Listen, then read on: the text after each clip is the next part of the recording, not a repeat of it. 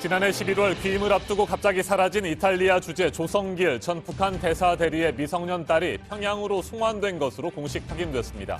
이탈리아 정부는 조 전 대사 대리의 딸이 조부모와 함께 있기를 원해 대사관 직원들과 함께 북한으로 돌아갔다는 북측의 설명을 전했습니다. 이탈리아 정부는 그 밖에 추가 정보는 갖고 있지 않다고 밝혔습니다. 조 전 대사 대리는 현재 부인과 함께 이탈리아의 보호를 받으면서 서방 국가로의 망명을 타진하고 있거나 이미 망명을 한 것으로 추정됩니다. 이탈리아 외교차관은 조 전 대사 대리의 딸이 강제로 송환됐다면 전례 없는 엄중한 일이 될 것이라고 지적했습니다. 그러면서 책임 있는 사람들은 대가를 치러야 한다고 밝혔습니다. 트럼프 미국 대통령이 다음 주에 있을 2차 북미 정상회담이 마지막 회담이 될 것이라고 생각하지 않는다고 밝혔습니다. 북한에 대한 제재를 해제하고 싶지만 그렇게 하려면 북한이 뭔가를 해야 한다고도 말했습니다. 북한의 김혁철 대미 특별대표는 어제 저녁 베트남 하노이에 도착해 실무 협상이 오늘부터 본격화될 것으로 보입니다. 충남 당진에 있는 현대제철 공장에서 어제 오후 50대 노동자 한 명이 컨베이어 벨트에 끼어 숨지는 사고가 났습니다. 외주업체 소속으로 부품을 교체하기 위해 현장에 투입됐다가 사망한 것으로 전해졌는데 경찰이 정확한 사고 경위를 조사하고 있습니다. 푸틴 러시아 대통령이 미국이 유럽에 중단거리 미사일을 배치한다면 러시아도 이에 대응할 것이라며 강경 발언을 했습니다. 미사일 발사지뿐만 아니라 공격 결정을 내린 지휘부도 표적이 될 것이라고 경고했습니다.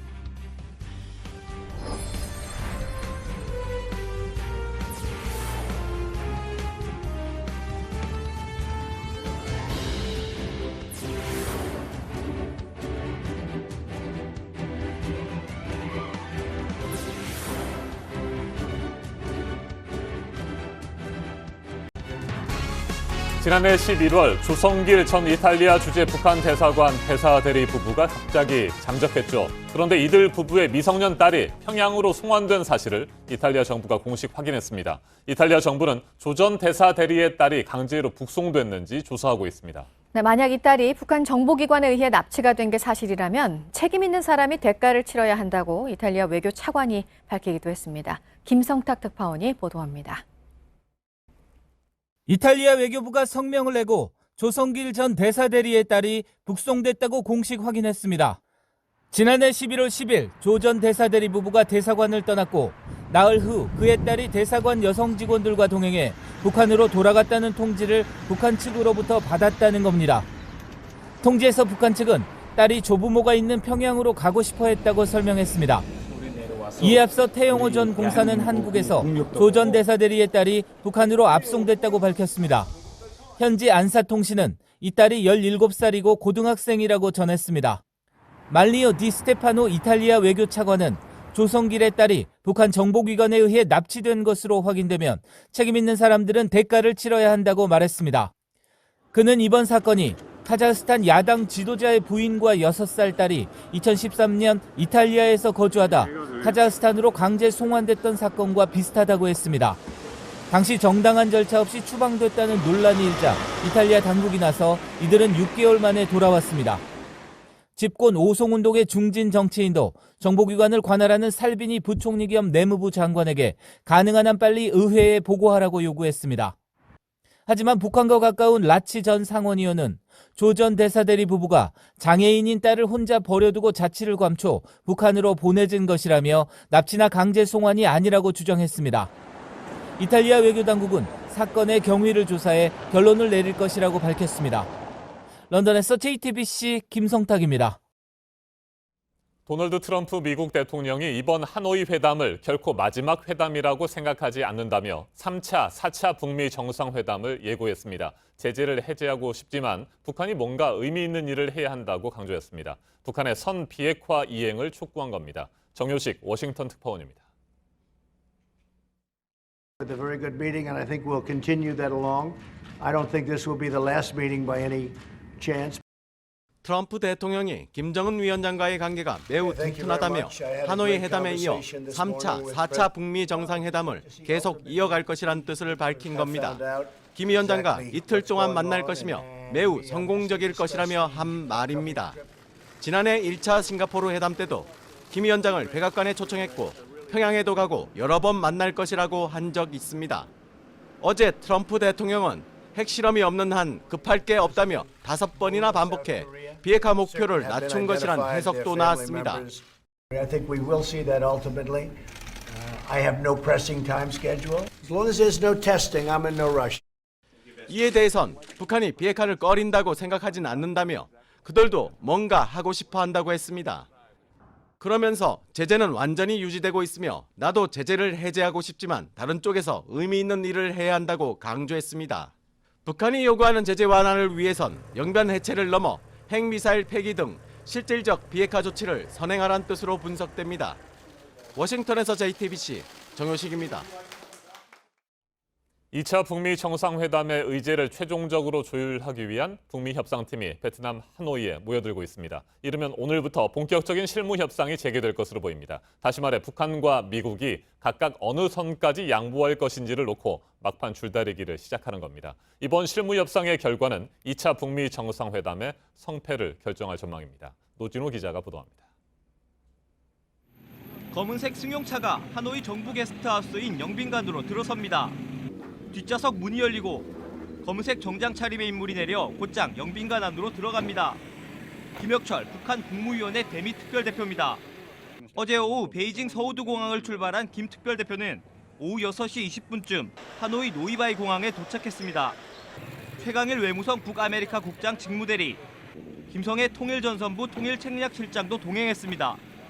김 특별대표의 협상 카운터 파트너인 스티븐 비건 미 국무부 대북 특별대표도 오늘 새벽 하노이에 도착한 것으로 전해지고 있습니다. 북미 양국의 실무협상팀이 하노이에 도착함에 따라 정상회담 의제 조율이 본격화할 전망입니다. 이르면 당장 오늘부터 의제 조율을 위한 실무협상이 진행됩니다. 비건 특별대표와 김 특별대표는 앞서 6일부터 8일까지 평양에서 만나 의제에 대해 사전 논의를 했습니다. 이때가 일종의 탐색전이었다면 오늘부터 시작될 실무협상은 실전입니다. 정상회담 직전까지 양국이 어디까지 양보할 것인가를 두고 팽팽한 줄다리기가 이어질 것으로 보입니다. 이번 실무협상에 2차 북미 정상회담의 성과가 걸려 있습니다. 영변 핵시설과 핵물질 동결, 관계 개선을 위한 연락사무소 개설 등 북미 관계 개선과 북한 비핵화를 위해 얼마나 구체적인 수준의 조치가 합의될지 관심이 모아지고 있습니다. JTBC 노진호입니다. 하노이 2차 북미 정상회담에서 김정은 위원장과 트럼프 대통령이 언제 어디서 만날지 조금씩 그 윤곽이 드러나고 있습니다. 이틀 동안 두 정상이 몇 차례나 만날지도 관심입니다. 하노이 현지에서 김소영 기자가 보도합니다. 8개월 전 싱가포르에서 세계의 이목을 사로잡은 두 정상이 이곳 하노이에서 다시 만납니다. 회담 하루 이틀 전쯤 김정은 위원장이 먼저 도착할 걸로 보입니다. 김 위원장의 숙소는 메트로폴 호텔이 될 걸로 보입니다. 지금 가로수 정리가 한창인데요. 바로 길 건너에는 김창선 국무위원회 부장이 묵고 있는 영빈관이 있습니다. 영빈관은 북미 정상회담 후보지이기도 합니다. 일각에선 메트로폴 호텔이 회담장으로 멜리아 호텔이 김 위원장의 숙소가 될 거란 관측도 나옵니다. 김 위원장은 26일 주석궁에서 응우엔 부총 베트남 주석과 먼저 정상회담을 할 걸로 보입니다. 싱가포르 마리나베이 샌즈에서 야경을 감상했듯이 고층 전망대나 조명을 밝힌 호안기엠 호수에서 하노이 시민들을 만날 수도 있습니다. 26일 오후에 도착할 걸로 보이는 트럼프 대통령의 숙소는 JW 메리어트 호텔로 굳어지는 분위기입니다. 다음 날 오전 트럼프 대통령도 응우엔 주석과 먼저 만난 뒤 북미 정상회담은 오후에 만찬 등의 행사로 시작될 가능성이 큽니다. 큰 호수를 끼고 있어 보안에 유리한 인터컨티넨탈 호텔에서 두 정상이 만찬을 하고 호숫가를 산책할 수도 있습니다. 이곳 오페라 하우스도 유력한 북미 정상회담 후보지인데요. 우리 정부 관계자는 이틀 동안 한 곳 이상의 장소에서 두 정상이 여러 차례 만날 수 있다고 설명했습니다. 하노이에서 JTBC 김소현입니다. 현대제철 당진 공장에서 외주업체 소속 50대 노동자가 사고로 숨졌습니다. 철광석을 옮기는 컨베이어 벨트 부품을 교체하는 작업을 하던 중이었다고 하는데요.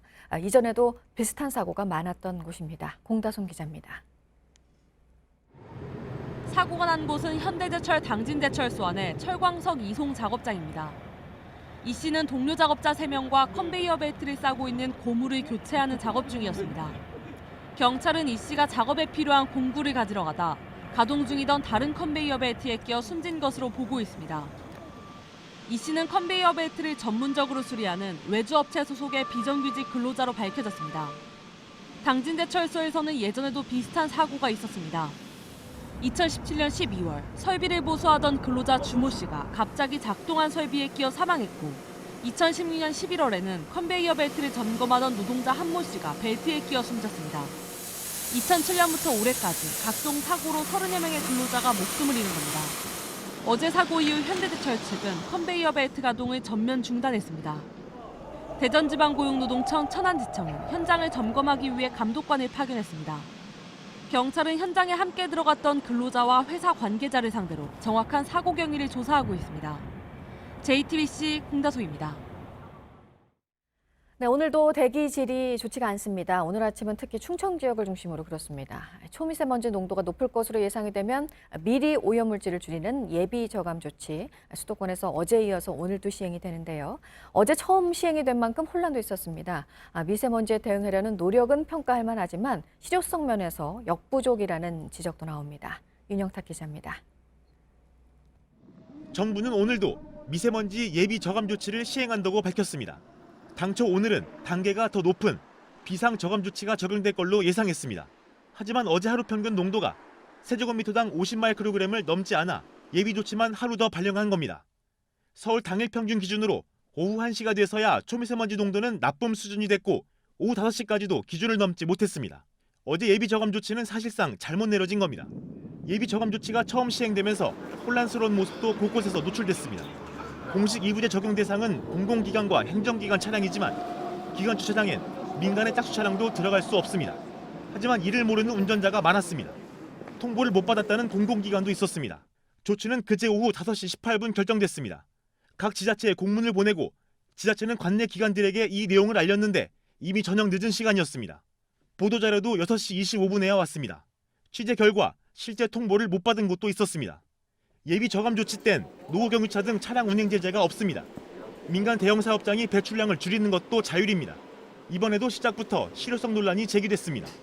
JTBC 윤영탁입니다. 푸틴 러시아 대통령이 국정연설에서 미국에 대한 강경 발언을 했습니다. 미국이 유럽에 중단거리 미사일을 배치하는 일을 한다면 그에 맞게 러시아도 대응을 하겠다는 건데요. 미사일이 발사될 유럽 지역뿐만 아니라 공격을 결정한 미국 본토도 표적이 될 수 있음을 경고했습니다. 이재승 기자입니다. 미국이 유럽에 러시아를 위협하는 중단거리 미사일을 배치하면 러시아도 미국을 겨냥한 미사일을 배치하겠다. 블라디미르 푸틴 러시아 대통령이 어제 의회 국정연설에서 이같이 말했습니다. 푸틴은 러시아는 대립을 원치 않지만 어쩔 수 없이 대칭적이고 대등한 행동을 검토할 수밖에 없다는 말도 덧붙였습니다. 또 미국이 미사일을 배치한 유럽 국가뿐만 아니라 지휘부가 있는 미국 본토 자체도 표적이 될 것이라고 경고했습니다. 미국 정부는 이달 초 러시아가 중거리 핵전력 조약 INF를 지키지 않고 있다며 미국도 INF 이행을 중단하고 6개월 후에 탈퇴하겠다고 선언했습니다.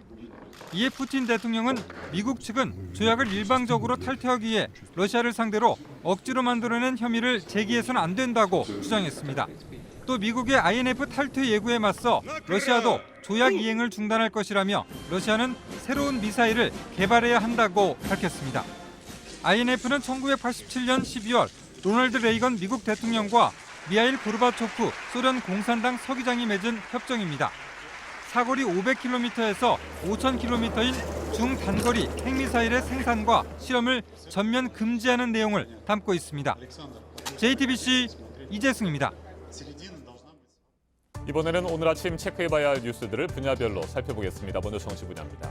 청와대가 올해 3.1운동과 임시정부 수립 100주년을 맞아 임시정부 수립일인 4월 11일을 임시공휴일로 지정하는 방안을 검토하고 있습니다. 임시정부 수립일은 지난해까지 4월 13일로 지정됐는데 11일이 맞다는 역사적 근거가 발견되면서 올해 처음으로 11일에 기념식을 열게 됐습니다. 정치자금법과 공직선거법 위반 혐의로 기소돼 1심에서 의원직 상실형을 선고받았던 자유한국당 황영철 의원이 항소심에서 징역 2년에 집행유예 3년을 선고받았습니다. 이 판결이 그대로 대법원에서 확정되면 황영철 의원은 의원직을 잃게 됩니다. 한국 e스포츠협회를 통해 여러 대기업으로부터 수억 원대 금품을 받은 혐의로 재판을 받고 있는 전병헌 전 의원에 대해 오늘 1심 선고가 내려집니다. 앞서 검찰은 전병헌 전 의원이 국회의원의 청렴 의무를 저버렸다며 징역 8년 6개월을 구형했습니다. 신동빈 롯데그룹 회장이 일본 롯데홀딩스의 대표이사에서 물러난 지 1년 만에 다시 일본 롯데 경영에 복귀를 했습니다. 국정농단 연루 혐의와 관련해서 대법원의 판결이 나오면 이뤄질 것이라는 예측이 당초 있었지만 예상보다 빠르게 진행이 됐습니다. 일본 롯데홀딩스 측 요청이 반영이 된 것으로 전해졌습니다. 최태원 SK그룹 회장은 그룹 전체를 지배하는 지주회사의 이사회 의장직을 내려놓기로 했습니다. 경영과 그에 대한 감시를 분리한다는 원칙에 따라서라는 설명입니다. 이사회 의장직에서 물러나더라도 회장직은 그대로 유지를 합니다. 현대중공업 노조가 대우조선해양 인수에 반대하는 파업을 결정을 했습니다. 앞서 대우조선해양 노조도 파업 찬반 투표를 가결시켰었고 공동 파업 가능성이 커졌습니다. 오늘 국회 긴급 토론을 두 회사 노조가 함께 열 예정입니다. 계속해서 사회부 이야기했습니다. 어젯밤 10시 14분 충남 태안군 서경열 비도 남남서쪽 12km 해역에서 규모 2.9의 지진이 발생했습니다. 발생 깊이는 14km로 지금까지 신고된 피해는 없습니다. 서울 강남구 삼성동의 한 초고가 아파트 단지에 사는 40대 주민이 주차장 입구 차단기를 늦게 열었다는 이유로 경비원을 폭행한 사실이 드러나 논란이 일고 있습니다. 폭행과 갑질에 대한 거센 비판이 이어지고 있습니다. 마약 유통과 성폭력 등 각종 의혹이 제기된 서울 강남의 유명 클럽 버닝썬이 폐업 하루 만에 철거를 시작해 논란이 일었죠.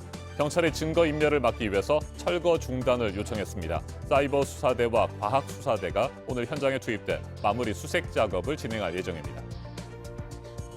일제로부터 국권을 회복하고 경제적으로 독립을 하기 위해 전개가 됐던 국채보상운동 112주년 기념식이 오늘 대구에서 있습니다. 관련 기록물들은 유네스코 세계기록유산에 등재가 된 상태입니다. 기념비 제막식 행사도 오늘 함께 열립니다.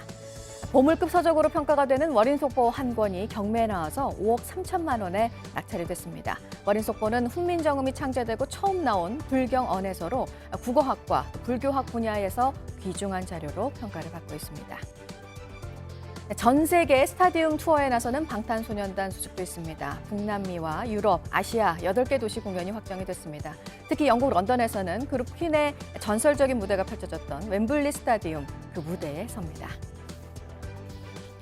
군사이버사령부의 댓글 공작을 지시한 혐의 등을 받고 있는 김관진 전 국방부 장관에 대한 1심 판결이 오늘 나옵니다. 앞서 검찰은 군의 정치적 중립 의무를 위반했다면서 징역 7년을 구형했습니다. 육체 노동자 정년을 60세로 인정한 지 약 30년 만에 오늘 대법원의 판단이 바뀔지 주목됩니다. 사고 등으로 사망을 했을 때 손해배상액을 정하는 척도로 쓰이는 경우가 많은데요. 이 나이를 65세로 높일지 대법원 결론이 오늘 나옵니다. 평창 동계올림픽 여자 컬링팀 지도자들에게 부당한 대우를 받았었다고 폭로를 했었는데요. 정부가 오늘 이에 대한 감사 결과를 내놓습니다. 감사 기간이 한 차례 연장이 됐었습니다. 문체부는 선수 인권 침해와 회계 부정 등의 비리가 확인이 된다면 엄중하게 처리한다는 방침을 밝혔었습니다. 지금까지 분야별로 오늘 눈여겨봐야 할 뉴스들 체크해드렸습니다. 이어서 날씨 정보 알려드립니다. 출근길 미세먼지가 비상입니다. 경기 남부와 충청, 전북 지역에 초미세먼지주의보가 발효 중이고 수치는 서울이 60, 또 충북이 79 마이크로그램까지 올라 있습니다. 오늘 전국적으로 일평균 나쁨 수준 예상되고요. 서쪽 지역을 중심으로 매우 나쁨까지 오르는 곳도 있겠습니다. 공기는 내일도 탁하겠습니다. 중부지방과 호남, 경북 등 대부분 지역에서 나쁨 수준 보이겠고요. 그 밖에 서울과 전북 등 서쪽 지역을 중심으로 농도는 더 높겠습니다. 오늘 아침 곳에 따라 안개도 짙게 끼어 있습니다. 출근길 교통안전에 유의하시기 바랍니다. 낮 기온은 어제보다 더 오르겠습니다. 서울이 8도, 청주 9도, 대구 11도, 광주 12도로 비교적 포근하겠습니다. 북한도 해주와 개성이 9도, 함흥이 11도로 추위 없이 온화하겠습니다. 내일 제주에는 비 소식이 있습니다. 기온은 주말까지 더 오르겠고요. 일교차가 10도 안팎으로 크겠습니다. 기상정보였습니다.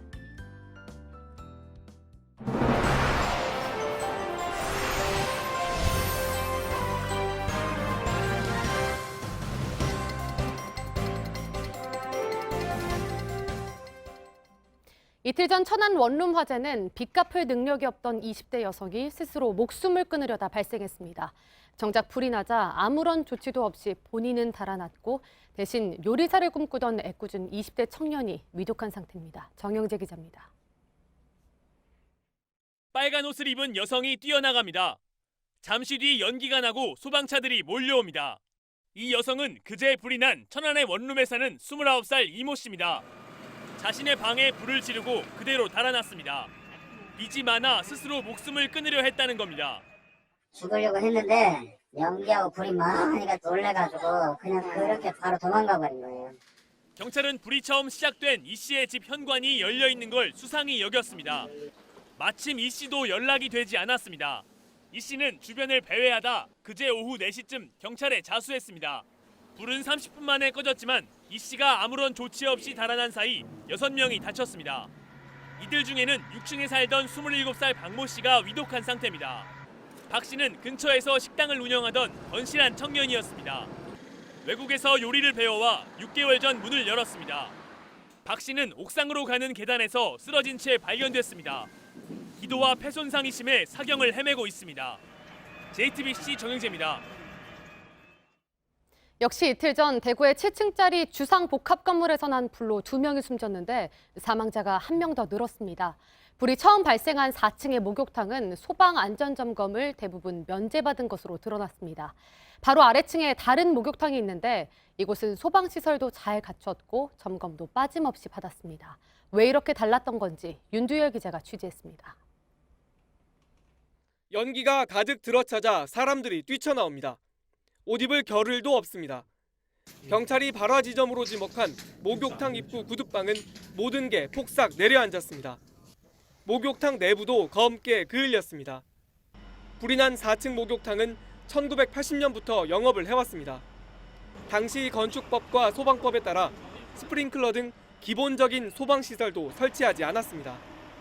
2004년 바로 아래층에 들어온 다른 목욕탕은 소방시설이 비교적 잘 돼 있습니다.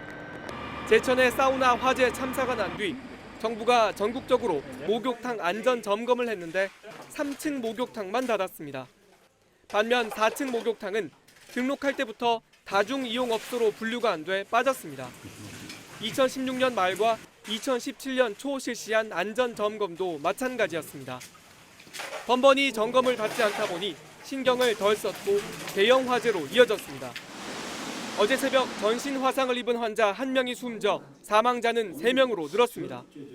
중상자도 2명에서 4명이 됐고 연기를 마신 환자도 84명으로 늘어나는 등 사고 피해가 커지고 있습니다.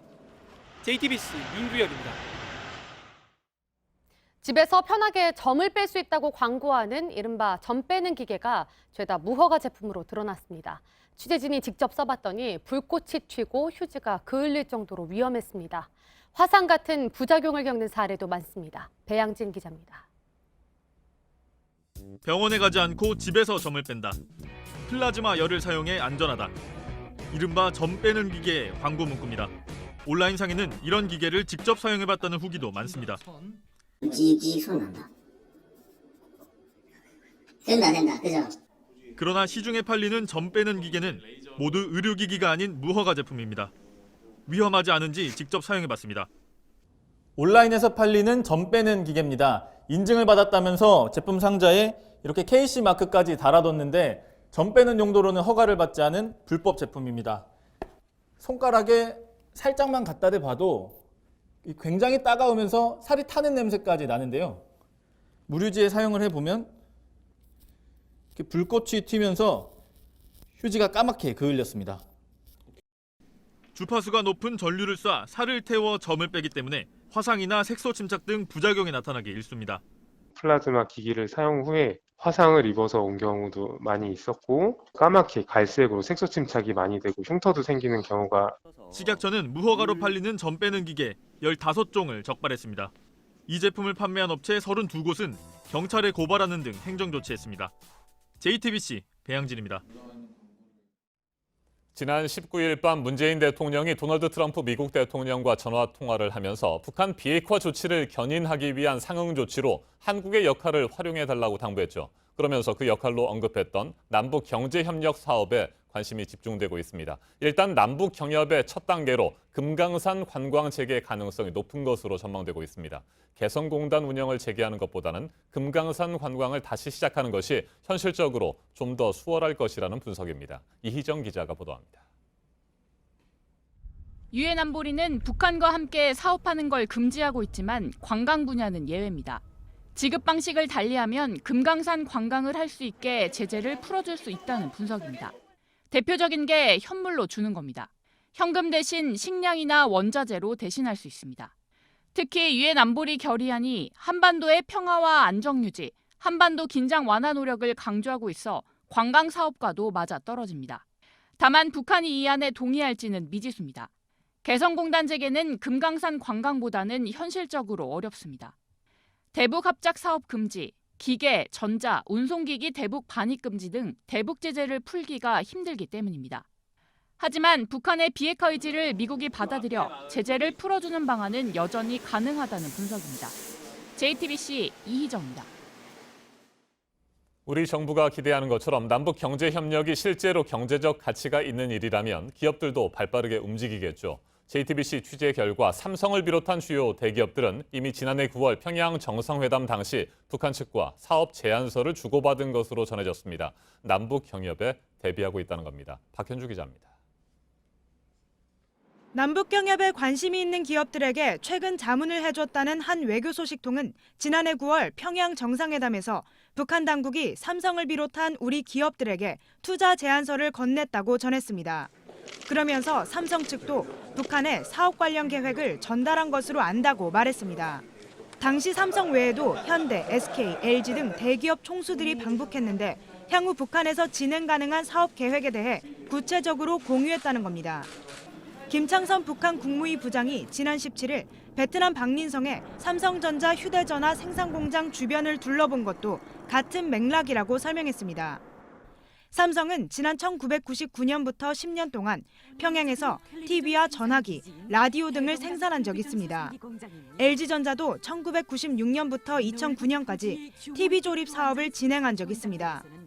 실제로 김정은 위원장이 북미 정상회담 기간 삼성이나 LG 등의 산업단지를 둘러볼 경우 우리 대기업의 북한 진출 문제도 북미 정상회담 혹은 후속회담의 주요 의제가 될 수 있을 거란 전망입니다. JTBC 박현주입니다.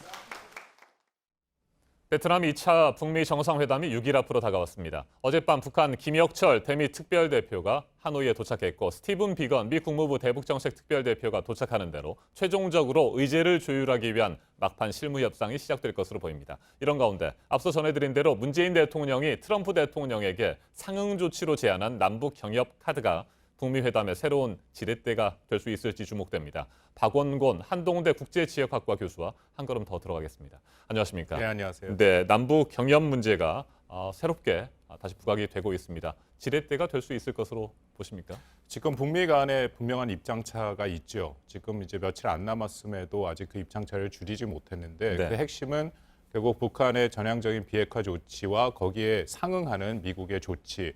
조금 더 좁혀 말씀드리면 결국 북한이 원하는 것은 경제 제재 완화거든요. 네. 그 부분은 그렇게 간단하지는 않습니다. 트럼프 대통령이 행정부 차원에서 의지가 있더라도 결국 미 의회가 제재에 관해서는 열쇠를 쥐고 있거든요.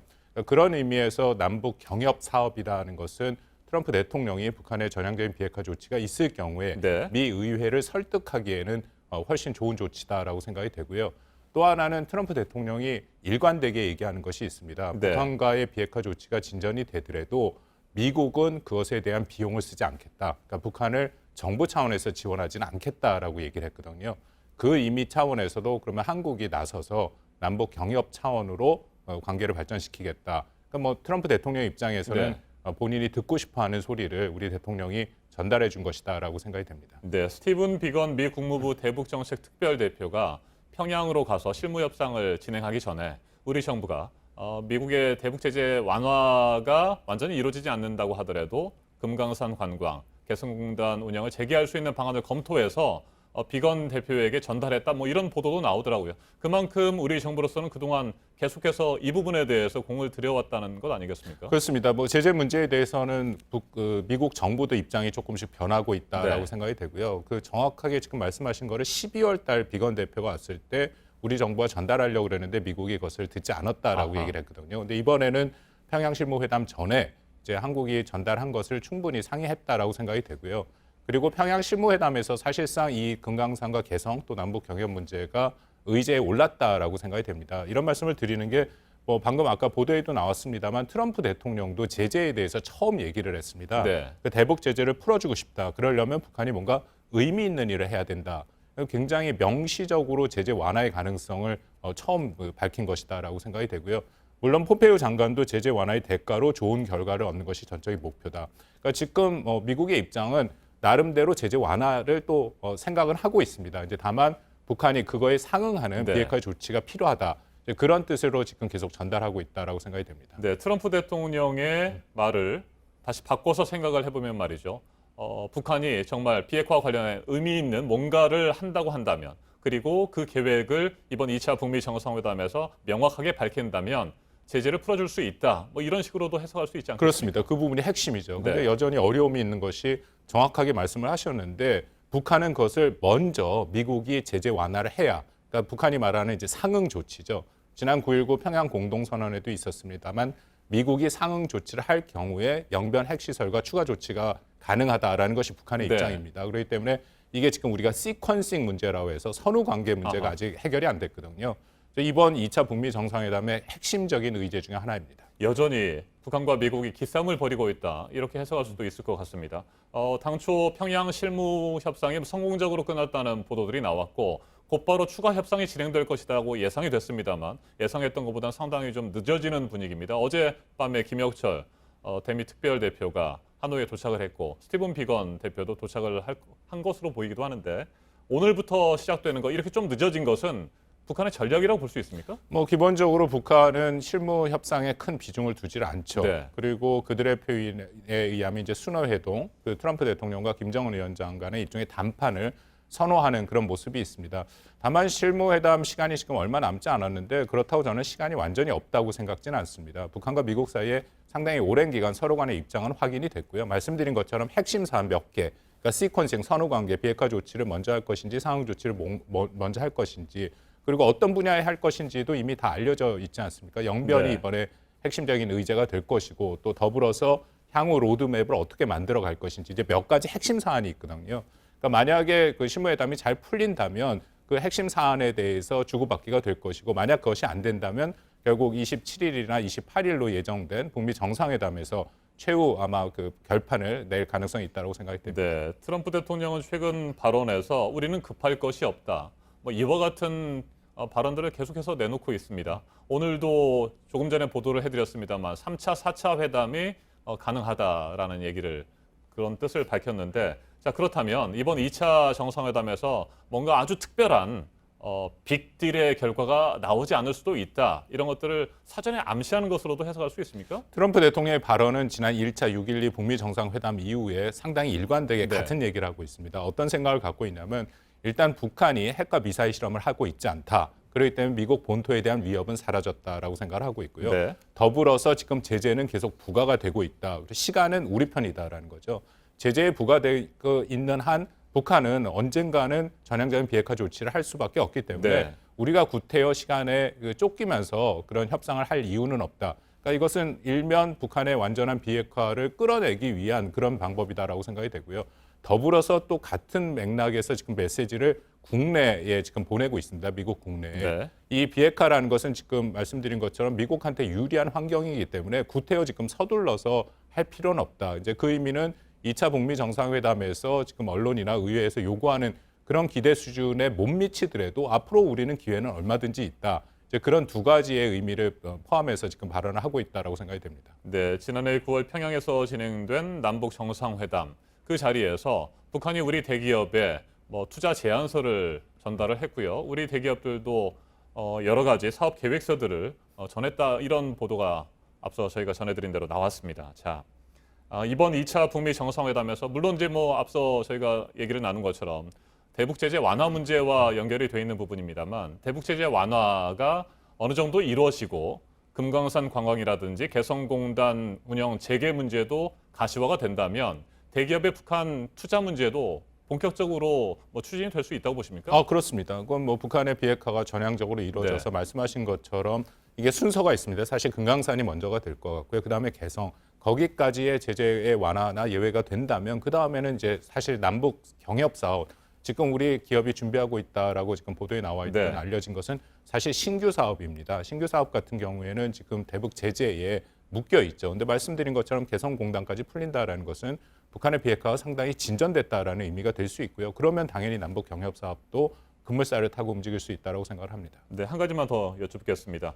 2차 북미 정상회담 오는 27일과 28일 1박 2일 동안 진행되는 것으로 그동안 알려졌습니다. 그런데 최근에 또 나오는 얘기를 보면 28일 당일치기 회담이 될 수 있다 뭐 이런 얘기도 나오는데 1박 2일 뭐 여러 차례 만나는 것, 만약에 그게 안 돼서 28일 뭐 하루에 한 차례만 만난다고 한다면 이건 어떤 의미가 있습니까? 글쎄 뭐 1박 2일이라는 것에 우리가 기대를 많이 했죠. 지금 북한과의 미국과의 비핵화 협상은 이른바 탑다운 방식으로 가고 있고 지금 말씀드린 것처럼 여러 가지 아직도 결정 못한 그런 핵심적인 의제가 있습니다. 그렇기 때문에 정상 간에 만나서 충분한 시간을 갖고 대화를 하면서 뭔가 타협점을 찾는 것이 중요한데요. 저도 뭐 그 보도 내용을 봤습니다만 그렇게 된다면은 결국 하루 지난 그 1차 북미 정상회담이랑 비슷한 형태로 갈 수밖에 없거든요. 그럼 그만큼 실무회담이 중요해집니다. 실무회담에서 최대한 합의에 근접한 모습을 가져가고 그리고 제한된 정상 간의 만남을 통해서 최종 뭔가談判이 이루어져야 되기 때문에 이제 그것은 뭐 썩 좋은 그런 그 지금 접근 방식은 아니고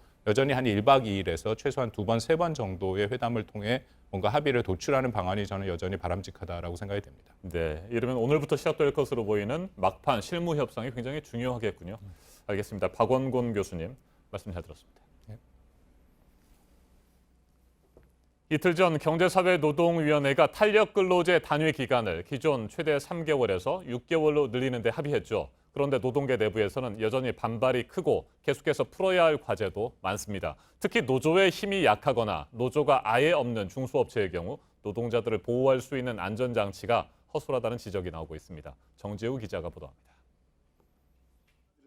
삼성전자 서비스센터에서 일하는 이모 씨는 벌써부터 올여름이 걱정입니다. 6월, 7월, 8월이 이제 굉장히 힘든 시기거든요. 진짜 하루에 막 이제 9시간, 10시간을 넘어가면 그 다음날에 대한 체력적인 것들이 너무 부담이 가중되는 거죠. 탄력근로제 적용 기간이 늘어나게 되면 에어컨 수리 일감이 몰릴 때 일상적으로 과로를 할 수밖에 없다는 겁니다. 새로운 게임을 출시할 때면 야근을 밥 먹듯 해야 하는 게임업계 노동자들도 마찬가지입니다. 52시간 되면서 그 부분이 이제 조금은 완화되는 분위기로 가고 있었지만 탄력적 근로 시간제를 이용을 해서 다시 그거를 이제 옛날처럼 돌릴 수도 있는 상황. 경제사회노동위원회는 합의문에 탄력 근로를 할 때 중간에 최소 11시간은 쉴 시간을 줘야 한다는 조항을 넣었습니다. 하지만 노사가 합의만 하면 예외가 인정됩니다. 임금이 줄어드는 걸 막겠다고도 했지만 구체적인 방식은 명시되지 않았습니다. 노조가 없거나 약한 중소기업과 비정규직 노동자들이 특히 걱정하는 대목입니다. 노동계 내부의 반발도 거세지고 있습니다. 경사노위에 참여하지 않은 민주노총은 이번 합의가 야합이라고 비판하며 다음 달 6일 총파업을 예고했습니다. JTBC 정재우입니다. 서울교통공사 채용비리 의혹으로 시작이 됐습니다. 공공기관들이 채용을 어떻게 하고 있는지 전수조사, 그 결과 180여 건의 비리가 적발이 됐습니다. 수사가 진행이 되면 규모는 더 늘어날 것으로 보이는데요. 일단 확인이 된 부정합격자 13명은 채용이 취소될 수가 있고 피해를 본 55명에 대해서는 구제 방안이 마련이 됩니다. 오선민 기자입니다. 조사 대상은 2017년 이후 공공기관에서 실시한 신규 채용과 최근 5년간 이뤄진 정규직 전환 결과입니다. 신규 채용 관련 158건, 정규직 전환 과정에서 24건의 비리가 적발됐습니다. 이 중 약 20%, 36건은 혐의가 중해 수사 의뢰했습니다. 2017년에도 정부의 특별점검이 있었지만 뿌리 깊은 채용비리 관행은 여전했습니다. 채용비리 10건 중 1건은 친인척 특혜인 것으로 확인됐습니다. 특히 신규 채용의 경우 수사 의뢰 대상의 30%가 친인척 관련 비리였습니다. 모 의료원의 경우에는 딸과도 잘 아는 또 다른 직원이 면접위원으로 참여해서 월등한 그 높은 점수를 받았다든지. 수사 의뢰 대상 비리 중 절반은 의료와 체육, 문화예술 관련 기관에서 발생했습니다. 드러난 채용 비리는 182건인데 여기서 확인된 부정합격자는 13명으로 7%에 그쳤습니다. 중징계가 되는 경우에는 재조사를 거쳐가지고 구수가 늘어나게 되리라고 생각을 합니다. 부정합격자는 본인 또는 청탁 관련자가 기소될 경우 채용이 취소됩니다. 확인된 피해자는 55명인데 재응시 기회를 주는 등 구제 방안을 마련키로 했습니다. 피해자 규모도 늘어날 가능성이 큽니다. 정부는 공공기관 임직원의 친인척 채용 인원을 매년 의무적으로 공개하는 등 투명한 채용 방안을 마련하겠다고 밝혔습니다. JTBC 오선민입니다. 네, 어떤 식의 비리가 있었는지 아는 사람이 면접위원으로 들어온 경우도 앞서 보셨는데 나이가 어려서 이직을 할 가능성이 높다면서 최종 면접에서 탈락이 된 지원자도 있습니다. 이어서 백민경 기자가 보도합니다.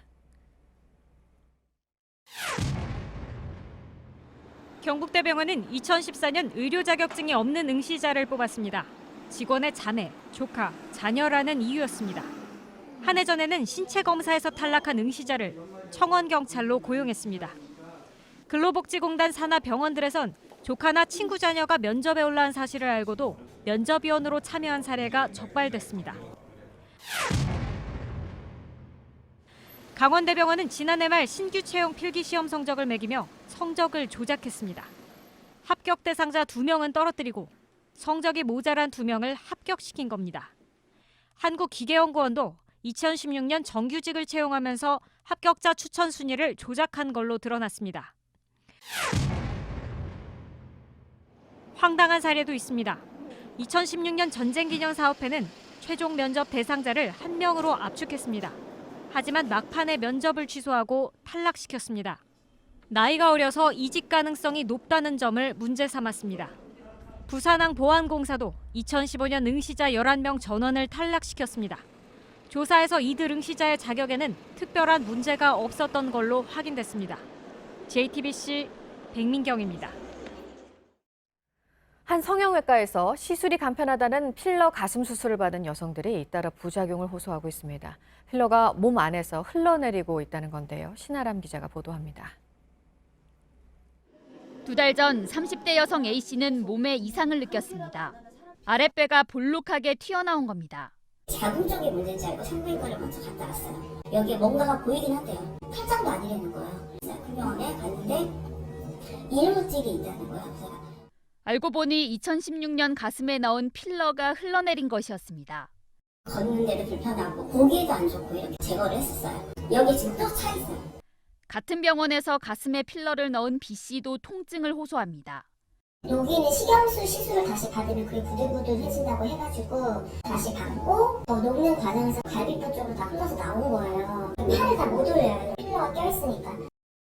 필러 일부는 신체 조직과 얽히고 설켜 빼내기가 쉽지 않다는 주장이 나옵니다. 제거 수술을 받아도 염증이 가라앉지 않거나 가슴이 함몰되는 사례도 적지 않습니다. 해당 병원에서 시술을 받은 여성들 중 법적 대응에 나서기로 한 환자만 20명에 이릅니다. 병원장은 부작용이 나타나는 건 극히 일부라며 남아있는 필러를 제거할 수 있다고 했습니다. 또 지난해 11월 병원 문을 닫아 오해가 커졌다며 병원을 다시 열어 환자들을 받겠다고 밝혔습니다. JTBC 신아람입니다.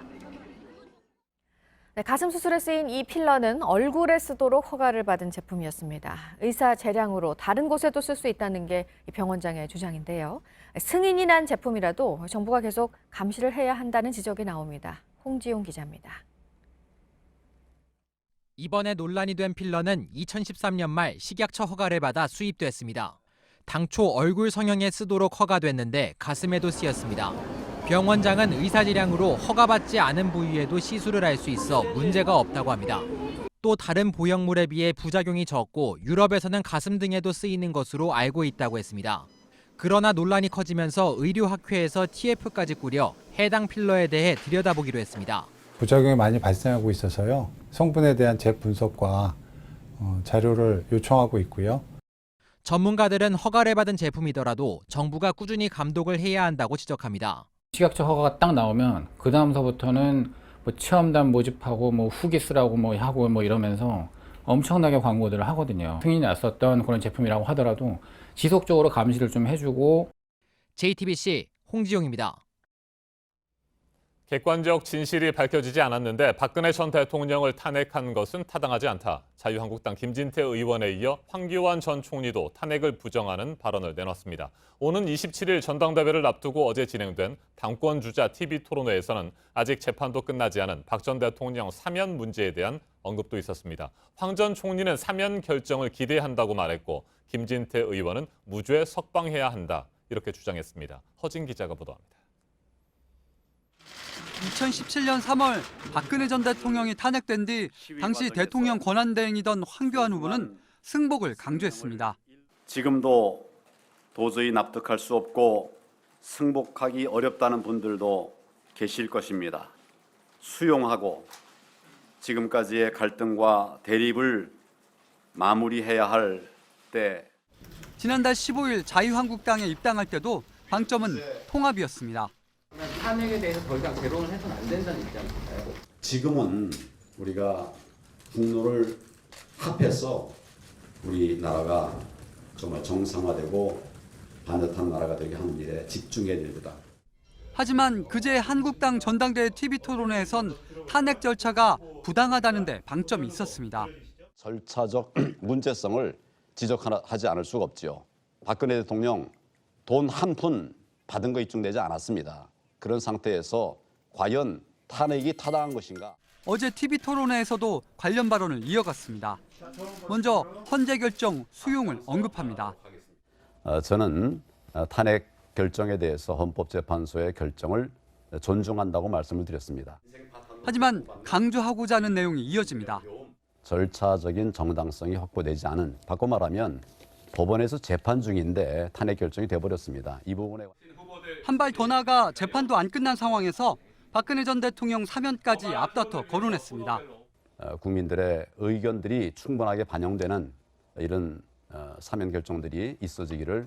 국민들의 공감대가 형성이 된다면 지금부터 논의를 시작을 해도 나쁠 것까지는 없을 것 같습니다. 어떤 잘못을 인정하는 연장선상에서 이루어지기가 쉽습니다. 사면보다 석방이 우선입니다. JTBC 허진입니다. 문재인 대통령이 어제 청와대로 5.18 단체 관계자와 원로들을 초청했습니다. 자유한국당 일부 의원들의 5.18 망언과 관련해 역사 폄훼 시도에 대해서는 함께 맞서겠다고 말했습니다. 분노를 느낀다는 표현도 썼습니다. 자유한국당은 대통령의 이 같은 발언과 여권의 문제 제기에 대해서 도가 지나치다고 반발했습니다. 안희근 기자입니다. 문재인 대통령이 광주 지역 원로와 5.18 단체 관계자를 불러 위로하는 자리를 마련했습니다. 문 대통령은 이 자리에서 자유한국당 의원들의 5.18 망언이 계속된 데 대해 분노를 느낀다고 말했습니다.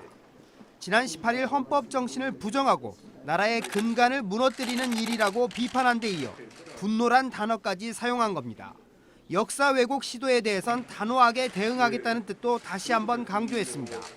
진상규명은 끝까지 이뤄져야 한다는 약속과 함께 5.18 역사 폄훼 시도에 대해서는 저도 함께 맞서겠습니다. 참석자인 김우식 5.18 부상자회 회장은 우리는 괴물 집단도 아니고 세금을 축내고 있지도 않다고 말했습니다.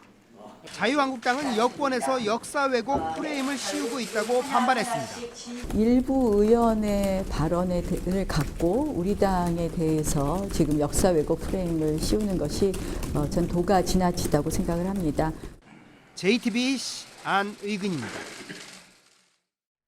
부산에서 정월대보름 달집 태우기 행사를 하다가 폭발이 일어나서 3명이 다친 사고, 주최 측의 과실 여부에 대해서 경찰이 지금 조사를 하고 있는데요. 점화식에 참여한 사람들이 달집과 일정한 거리를 두고 있었어야 했는데 그렇지 않았습니다. 또 폭발 위험이 큰 휘발유를 끼얹은 것도 문제였습니다. 구석찬 기자가 보도합니다. 높이 쌓아 올린 달집에 횃불을 든 사람들이 다가갑니다. 엄청난 화염에 혼비백산, 아수라장이 됩니다. 한 명이 실신하고 2명은 얼굴과 목에 화상을 입었습니다. 달집을 휘감고 있던 유증기가 불을 붙이던 순간 폭발한 겁니다. 경유 대신 폭발 위험이 높은 휘발유를 잔뜩 뿌려둔 게 문제였습니다. 비가 많이 와서 점화 직전에 주변에 뿌렸거든요. 주최 측이 배치한 안전요원도 제 역할을 못했습니다. 횃불을 든 점화자들이 달집에 바짝 붙는데도 보고만 있었습니다. 달집이 있던 곳과 사람들이 몰려있던 이 수변 계단까지 거리도 20m에 불과했습니다. 달집이 이번에는 차도 쪽으로 좀 많이 올라왔더라고. 계단 위에 서서 봤는데도 화력이 엄청 뜨거웠거든요. 바람이라도 불었다면 더 큰 사고가 될 뻔했습니다. 하지만 안전점검 의무가 있는 관할 지자체는 행사를 날고도 주최 측으로부터 안전관리 계획서조차 받지 않았습니다. 하나도 제출되지 않은 상태에서 확인 점검이라는 자체가 있을 수가 없죠. 경찰은 관계자들을 불러 과실 여부를 조사한 뒤 입건할 방침입니다. JTBC 구석찬입니다. 문을 연 지 94년 만에 처음으로 밤에도 개장을 한 중국의 자금성 슈퍼문 아래 장관이 만들어졌습니다. 그 모습을 김혜미 기자가 전해드립니다.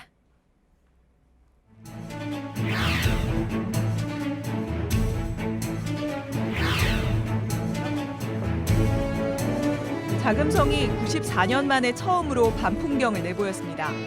어렵게 표를 구한 3,000명만이 정월 대보름밤 자금성의 문을 넘었습니다. 以前来嘛都是白天嘛，今天呢看到的是越国下的紫禁城，然后当然是不一样的。 800여 개의 조명이 곳곳을 비춥니다. 자금성은 화려한 모습으로 다시 태어납니다.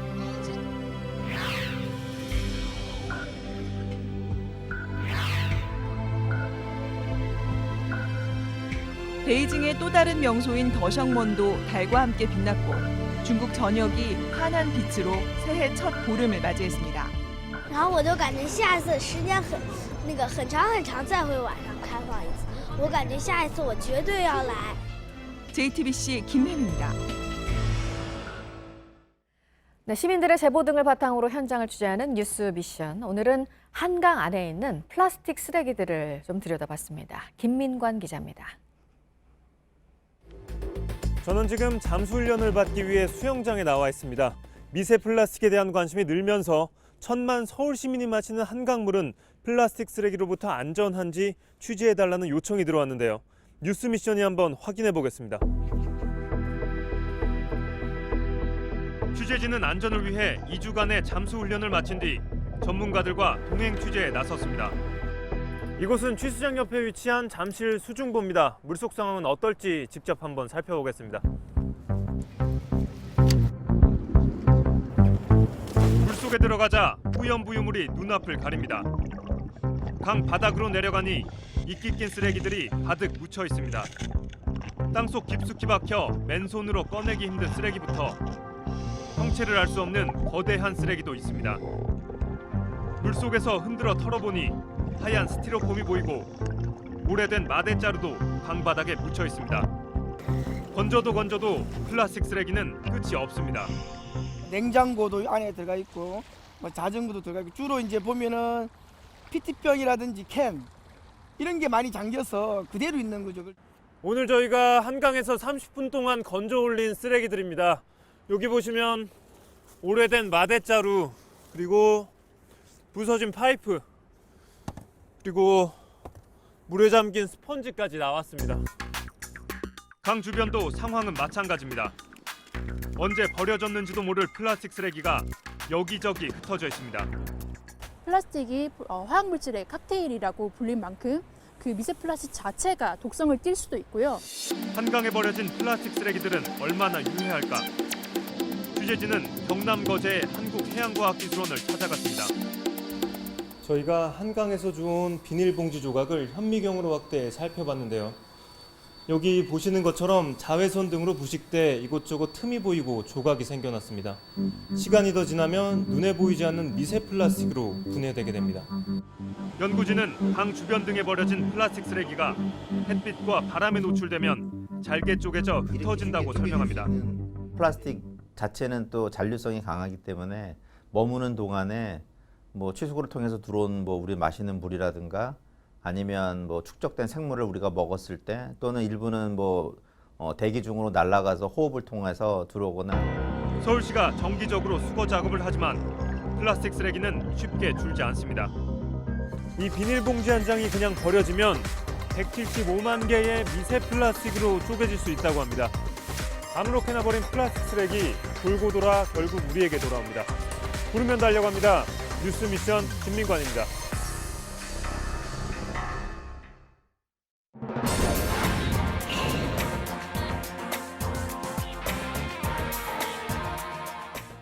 네, 오늘 아침에 들어온 소식 보겠습니다. 이제 북미 정상회담 일주일도 남지 않았습니다. 이를 앞두고 이번 주 말에 미국의 볼턴 국가안보부장관이 우리나라에 온다고 하는데요. 보도국 연결해서 알아보도록 하겠습니다. 안태훈 기자, 남북 경협 가운데서 지금 북한의 비핵화에 대한 상응 조치로 거론이 되는 것들이 지금 있습니다. 이런 것들을 협의를 하기 위해서 오는 걸까요? 네, 그럴 것으로 보입니다. CNN, 미국의 방송이죠. CNN이 보도한 내용입니다. 트럼프 정부 관계자들을 인용해서 보도한 것인데 2차 정상회담에 앞서서 관련 협의를 하기 위해서 한국을 방문한 것이다라고 보도를 했고요. 그러면서 2차 정상회담의 세부 사항을 타결하기 위해 계속 노력하는 가운데 이루어지는 것이다라고 전하기도 했습니다. 우리와 관련된 타결이라면 앞서 말씀하신 것처럼 북한의 비핵화에 따른 상응 조치, 그중에서도 우리와 관련된 것은 남북 경협이어서 이 부분과 관련된 사안을 논의할 것으로 관측을 해볼 수가 있을 것 같습니다. 볼턴 보좌관이 한국을 찾는다면 카운터파트인 정의용 청와대 국가안보실장과 면담할 것으로 보입니다. 다음은 도널드 트럼프 미국 대통령과 아베 신조 일본 총리가 전화 통화를 했다는 내용입니다. 마찬가지로 2차 북미 정상회담을 앞둔 시점이어서 관련 내용을 공유했을 것으로 보입니다. 백악관은 북한의 완전한 비핵화 달성에 대한 미일 양국 정상의 의지를 재확인했다라고 밝혔습니다. 일본의 교도통신은 미국의 대북 협상 전략을 공유했다고 보도하면서 아베 총리는 트럼프 대통령에게 북한에 의한 일본인 납치 문제 해결에 노력해 달라 이렇게 요청을 했다라고 밝히기도 했습니다. 네, 그리고 김밥 같은 그 외식 메뉴 가격이요. 많이 올랐다 했는데 서울에서 지난 1년 동안 얼마나 올랐는지 구체적으로 나왔네요. 네, 한국소비자원에 따르면 그렇습니다. 가격정보 종합포털 참가격에 따르면 지난 1월 서울 지역에서 김밥과 냉면, 비빔밥 가격은 1년 전인 2018년 1월보다 8%가량 상승한 것으로 나타났습니다. 이 기간 8개 외식 메뉴 가운데 7개 가격이 올랐고요. 유일하게 짜장면의 값만 내렸다고 소비자원은 밝혔습니다. 1월 서울 지역 김밥 한 줄 가격은 평균 2,369원으로 나타났고요. 이는 지난해보다 8.1% 오른 것입니다. 냉면 한 그릇 평균은 8,846원으로 지난해 1년 전보다 8% 오른 것으로 나타났습니다. 네, 끝으로 고노다로 일본 외무상이 문희상 국회의장을 한일 의원연맹 회장까지 역임한 인간이라고 지칭하면서 비판했다라는 내용입니다. 고노 외무상은 중의원 예산위원회에 출석해서 문 의장의 일왕 사죄 발언과 관련해서 한일 의원연맹의 회장까지 역임한 인간이 그런 말을 한다는 것은 극히 심각하다라고 지적했습니다. 그러면서 한일 의원연맹은 한일 관계가 어려울 때 자국 내 여론을 향해서 양국 관계의 중요함을 호소해 왔다. 그동안 선배들이 그렇게 해왔다라고 주장하기도 했습니다. 지금까지 아침엔 지금 JTBC 안태훈입니다. 목요일 날씨 키워드 알려드립니다. 오늘은 미세먼지 기승, 초미세먼지주의보, 그리고 내일도 나쁨인데요. 출근길 미세먼지가 기승입니다. 먼지 농도 나쁨에서 매우 나쁨 보이는 가운데 경기 남부와 충청, 전북 등 서쪽 곳곳에 초미세먼지주의보도 발효 중입니다. 공기는 계속 탁해서 내일도 대부분 나쁨 수준 나타나겠습니다. 마스크 쓰는 것도 참 불편하시죠? 숨 막힌다, 날 더워지면 마스크 어떻게 쓰냐? 이러다 사람들 전부 마스크 끼고 돌아다녀야겠다며 걱정하셨고요. 만만치 않은 비용에 가격 인하 대책 좀 나왔으면 좋겠다는 분도 있었습니다. 여러 가지 불편한 점 많으시겠지만 호흡기 건강을 위해 마스크 꼭 착용하셨으면 좋겠습니다. 지금까지 키워드와 SNS로 만나본 날씨였습니다. 사법농단 의혹으로 구속 기소된 양승태 전 대법원장이 미국의 유명 스포츠 선수인 O.J. 심슨까지 거론하면서 보석을 허락해달라고 요청했습니다. 심슨도 중형을 선고받을 때까지는 불구속 상태로 재판을 받았다는 겁니다. 또 자신이 71세로 고령이라고 주장했는데 검찰은 구속된 이명박 전 대통령과 김기춘 전 비서실장은 나이가 더 많다는 입장입니다. 최윤경 기자가 보도합니다.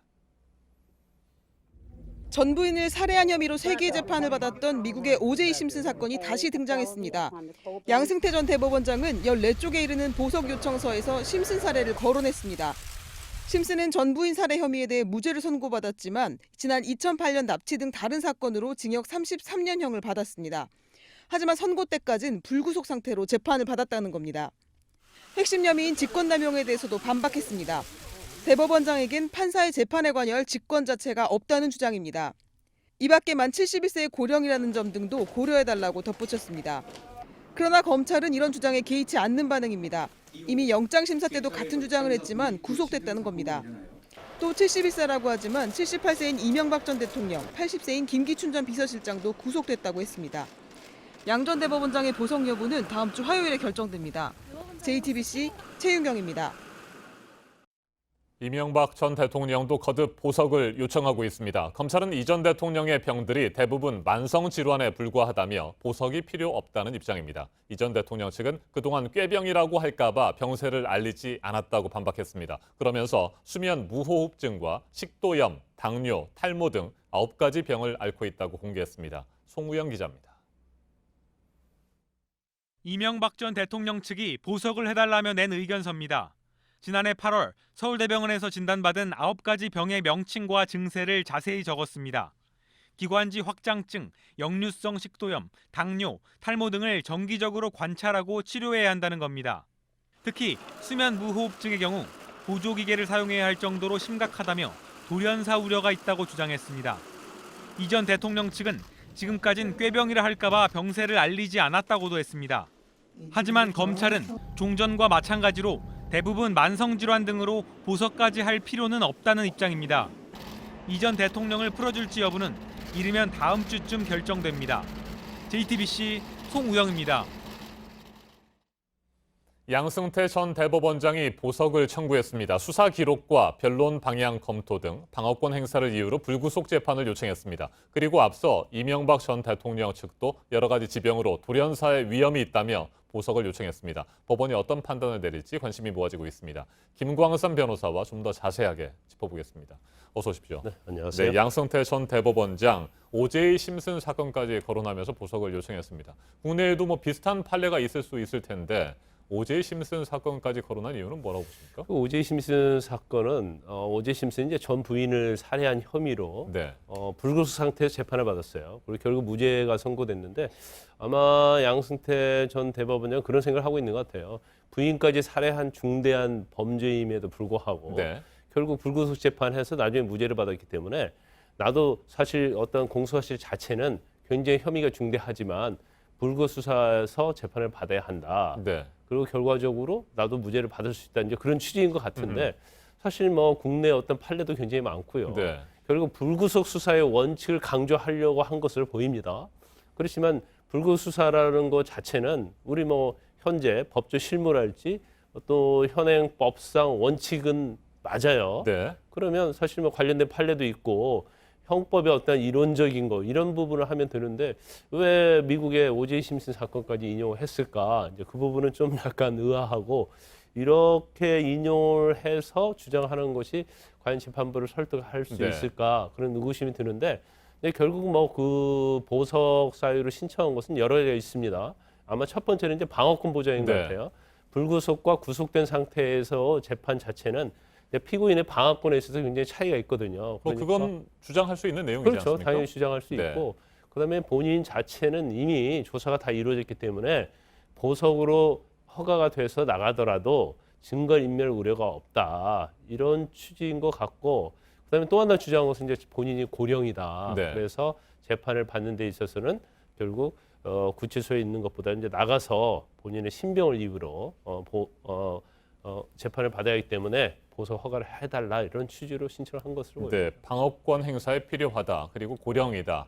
이런 주장을 했고 또 하나 그 거론된 것이 공소장 일본주의라고 하는 것이더라고요. 네, 여기에서 일본은 뭐 이웃나라 일본을 의미하는 것은 아니고 하나의 뭐 그렇죠. 서류 뭐 이런 것들을 얘기하는 것 같은데 이건 무슨 내용입니까? 이건 이제 공소장이라는 것은 피고인의 범죄 혐의, 네. 적용 법조 이런 것을 적어서 기재해서 이제 법원에 제출하는 거예요. 그런데 우리나라 지금 형사소송 규칙에 의하면 공소장에는 증거로 쓰이는 서류, 기타 물건을 첨부해서는 아니 되고 네. 이러한 것들을 인용을 해서 공소장에 기재해서는 안 된다는 그러한 법 원리가 있습니다. 네. 그럼에도 불구하고 이제 공소장 자체에 왜 이런 범죄 행위를 했는지 또 거기에 관련된 뭐 참고인이랄지 그런 사람들의 진술 이런 것들이 기재되어 있기 때문에 이것은 판사로 하여금 예단을 줄 수 있다는 거죠. 그래서 아직 증거조사도 하지 않고 재판도 하지 않았는데 판사로 하여금 무죄의 심증을 갖게 만들기 때문에 이건 현행법상 공소장 1번주에 어긋난다. 네. 그러니까 재판할 필요도 없이 공소 기각 판결을 해야 한다. 이런 주장을 하는 건데 일반적으로 이런 주장하는 경우가 많이 있습니다. 그리고 거의 이런 주장 받아들이지 않은데 뭐 전에 받아들인 사례는 있긴 하죠. 네. 그런데 양승태 전 대법원의 입장에서는 이렇게 너무 자세히 적다 보니까 이미 판사가 무죄 추정 원칙을 어긋나서 유죄 심증을 가지고 재판을 할 수 있다. 네. 그래서 이런 부분을 지적한 거죠. 그러니까 검찰이 공소장을 잘못 만들었다. 이렇게 문제를 제기한 것이군요. 네. 자, 그리고 양승태 전 대법원장의 범죄 사실 47개나 되고요. 네. 이 가운데 41개가 10가지 혐의 가운데 가장 대표적인 혐의, 직권 남용 혐의와 관련돼 있습니다. 자, 그런데 이 직권과 관련해서 대법원장은 다른 판사들의 재판에 관여할 수 없다, 뭐 이렇게 주장하면서 자신의 직권이 아니기 때문에 이건 뭐 혐의가 없다 이렇게 주장하는 모양입니다. 그렇죠. 일단 재판 거래와 관련된 범죄 사실이 다 직권남용과 관련된 거거든요. 그러니까 자기 어떤 직무의 범위 내에서 재판에 간섭을 해서 영향을 미치려고 했다 이 부분이거든요. 그럼 47개 중에서 41개가 직권남용죄단 말이에요. 그럼 직권남용죄에 대해서 이제 법리적인 걸 주장하는 거죠. 대법원장은 직무가 재판에 간섭할 수 있는 그러한 직무의 범위가 포함되지 않는다. 그리고 그렇다고 한다면 직권남용의 전제 조건이 되지 않기 때문에 이건 무죄다는 취지라는 주장을 하는 거예요. 그래서 이 부분은 뭐 수사할 때도 주장을 했었고 또 영장 실질 심사 때도 다 주장한 내용입니다. 그래서 재판 때도 아마 이 부분과 관련해서 굉장히 논쟁이 있을 거고 아마 보석을 청구를 했는데 보석이 만약에 뭐 인용될 가능성이 저는 별로 없다고 보는데 인용이 된다고 한다면 재판부에서는 직권남용죄에 있어 문제가 있다. 이것은 법리적으로 무죄의 가능성도 있다 생각하면 가능성이 좀 있어요. 그러니까 석방 가능성이 있어요. 그렇지만 범죄 사실이 굉장히 많고 또 재판 과정을 통해서 또 증거조사를 통해서 확정이 되었기 때문에 그렇게 될 가능성은 많지 않다. 저는 그렇게 봅니다. 네, 오는 26일에 양승태 전 대법원장에 대한 보석 신문이 진행이 되는데 보석될 가능성은 그리 높지 않은 것으로 보인다. 이게 변호사님의 생각이신 것 같군요. 자, 이명박 전 대통령 측도 보석을 청구했습니다. 어떻게 보십니까? 이제 이 전 대통령은 보석을 요청했는데 이제 가장 주요한 보석 사유로 들고 있는 것이 본인에 대해서 지병이 많다는 거예요. 그러니까 지난해 8월에 서울대병원에서 진단을 받았거든요. 근데 병명이 한 9개 정도 나왔어요. 그래서 그 병명과 증세에 대해서 굉장히 자세하게 기재를 했습니다. 특히 그 부분에서 중요한 것 중에 하나가 이제 수면 무호흡증이 결국 돌연사될 가능성도 크다. 그래서 수감을 계속 하게 되면 이제 돌연사 가능성이 굉장히 강조한 거죠. 이게 우리가 쉽게 말하는 이제 병보석을 주장한 것으로 보입니다. 그리고 또 하나는 이제 재판이 굉장히 좀 지연되고 있는 건 맞아요. 왜냐하면 재판부가 이번에 변경이 됐고 그러다 보면 지금 지명박 전 대통령이 신청한 증인이 15명입니다. 그 중에서 3명밖에 나오지 않았고 2명은 이제 취소를 했어요. 그렇기 때문에 향후에 있어서 증인들이 과연 출석을 할 수 있겠느냐. 재판 만기가 구속 만기가 4월 8일이거든요. 그리고 그 안에까지 재판이 끝날 가능성이 없으니까 이제 보석을 해달라. 그래서 병과 아니면 재판 지연 이런 이유로 이제 보석을 청구한 거죠. 네, 이명박 전 대통령이 앓고 있는 병에 대해서는 검찰은 뭐 이건 만성 질환이다 이렇게 보고 있는데 이런 뭐 만성 질환을 이유로 해서 보석이 허가되는 경우들도 있습니까? 아니 만성 질환으로는 보석이 거의 허가되지 않아요. 그리고 일반적으로 구치소나 교도소에 수감돼 있는 사람들이 대부분이 다 질환을 갖고 있죠. 뭐 당뇨, 고혈압 그런 것처럼 갖고 있기 때문에 이제 검찰에서는 그런 것 같아요. 이미 징역 15년형이 선고돼서 혐의가 굉장히 중대하다는 거고요. 그 다음에 만성 질환이 아니고 일시적 신체적 저하다. 그리고 또 하나가 사실 보석이 석방이 되려고 하면 이제 그 구속 이후에 어떤 변경 사유가 없다는 거죠. 이제 그런 걸 들고 있기 때문에 역시 뭐 인용 가능성이 그렇게 많지 않은데 단지 4월 8일 날 구속 만기잖아요. 그러면 그 이전에 재판이 끝날 수 없다고 한다면 그 직전에 이제 보석 허가 여부를 결정할 가능성도 있다 이렇게 봅니다. 네, 한 가지만 더 여쭙죠. 드루킹과 댓글 조작을 공모하고 실행한 혐의로 1심에서 법정 구속됐습니다. 김경수 경남지사. 김 지사 측에서도 보석을 신청할 가능성이 있는데 이건 도정 공백이 문제다. 이런 명분을 제시하게 될까요? 그렇죠. 이제 당연히 보석은 신청할 거예요. 근데 제가 볼 때는 아마 두 가지 정도 사유가 굉장히 중요하게 주장을 할 겁니다. 첫 번째는 이제 전에 홍준표 전 지사의 사례가 있잖아요. 그때도 징역 1년 6개월 선고하는데 법정 고소를 안 했어요. 그것은 도정 공백이라는 이유가 하나 있고 또 하나 두 번째는 이제 무죄다는 주장을 할 거예요. 그래서 재판부에는 이렇게 보석이 만약 청구가 되면 일반적으로는 재판을 한 번 정도 합니다. 그러고 나서 보석 여부를 결정하는데 재판부에서 1회 재판을 한번 하고 나서 이건 무죄의 가능성이 있다고 생각하면 보석을 허가할 가능성이 좀 굉장히 많아요. 그렇지만 재판을 좀 더 해봐야 하고 유죄의 가능성이 크다. 그러면 이제 보석을 보류하고 있다가 결국 선고 직전에 보석 허가 불허가 여부를 결정할 가능성이 높습니다. 네, 보석 신청 요청이 잇따르고 있는데 법원이 어떤 판단들을 내리게 될지 지켜봐야 할 것 같습니다. 김광선 변호사님 말씀 잘 들었습니다.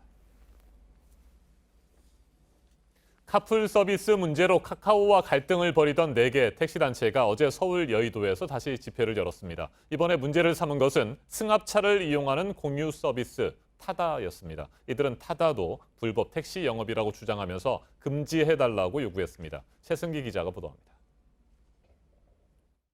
택시가 타 죽이는 불법 카풀 처벌하라! 전국 택시노동조합 등 4개 단체의 운전사 600여 명이 모였습니다. 최근 관심을 끄는 타다같이 승합차를 이용한 공유 서비스에 반대하기 위해서입니다. 반드시 카풀이 이 땅에 다시는 번지지 않도록 그리고 불법이 만연하지 않도록 이들은 타다 측이 사실상 불법 택시 영업을 한다면서 영업을 금지하고 관련 법을 바꿔달라고 촉구했습니다. 현재 여객자동차법은 11인승 이상 15인승 이하의 승합차를 빌린 사람에게 별도의 운전자를 배정하게 허용합니다. 타다 역시 승객이 호출을 하면 승합차와 기사를 승객에게 배정합니다. 운전기사는 전문 인력 공급 업체를 통해 받고 있습니다. 이에 반발하는 택시업계는 지난 11일 타다를 운영하는 소카의 이재용 대표를 검찰에 고발하기도 했습니다. 그러나 이에 맞선 타다 측도 업무방해와 무고 혐의로 택시업계에 법적 대응을 예고했습니다. 타다 측은 새로운 이동시장을 만드는 것이 목표지 택시시장을 뺏을 생각이 없다며 시장도 다르고 기준도 다른 신산업업체를 괴롭히는 일은 그만해달라고 밝혔습니다. JTBC 최승기입니다.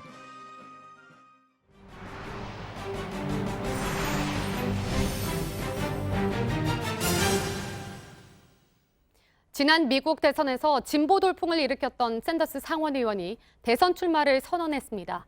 첫 일성으론 트럼프 대통령이 병적으로 거짓말을 한다고 비난했습니다. 미국 정치에서 가장 모욕적인 단어로 꼽히는 거짓말쟁이로 공격한 것입니다. 벌써부터 내년 말에 있을 선거전이 시작된 셈입니다. 이지은 기자입니다.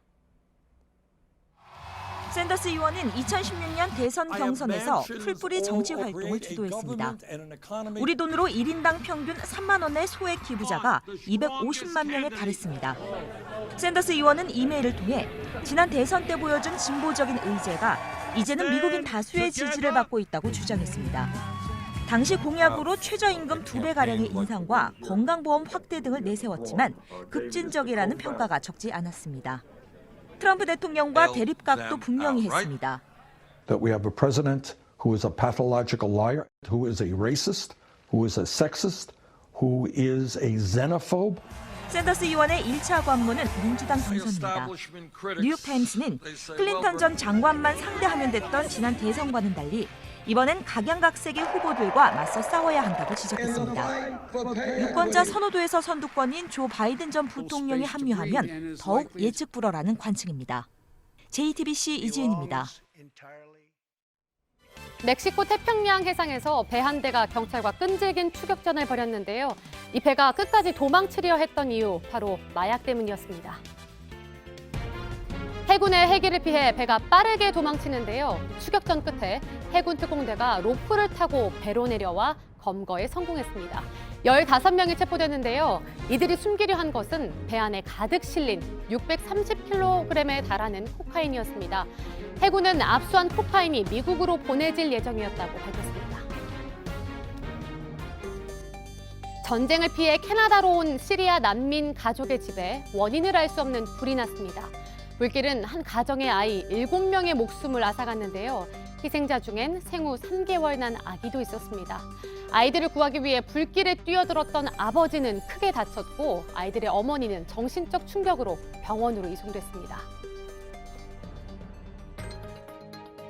초록빛 물결로 뒤덮인 이곳은 아르헨티나의 수도 부에노스아이레스의 의회 앞입니다. 초록 스카프를 든 여성들이 인공 임신 중절, 즉 낙태의 합법화를 촉구하는 시위를 열었는데요.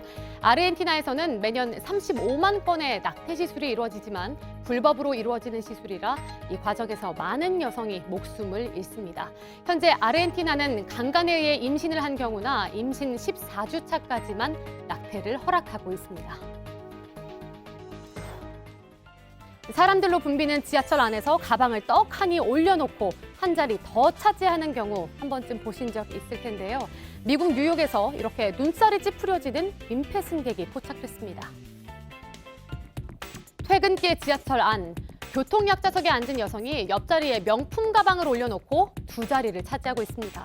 한 남성이 이 자리에 앉자 언짢은 기색을 내보이는데요. 참다 못한 승객이 가방 좀 치워달라고 하자 적반하장으로 욕설을 퍼붓습니다. 기관사와 경찰까지 출동했는데요. 비싼 가방이라며 손도 못 대게 하더니 결국 쫓겨났습니다. 상식을 벗어난 여성의 행태에 비난이 쏟아지고 있습니다.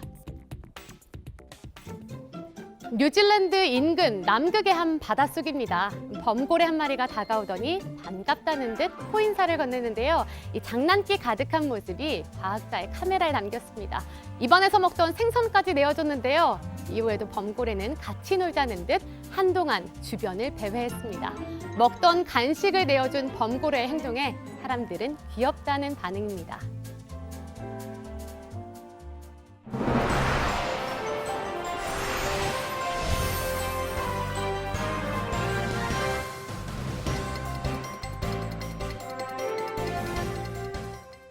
수십 년이 넘게도 방치가 돼 있는 폐 건물들이 전국에 400곳 가까이 있다고 합니다. 얼마 전에는 광주의 한 건물에서 노숙인 시신이 발견되기도 했었는데요.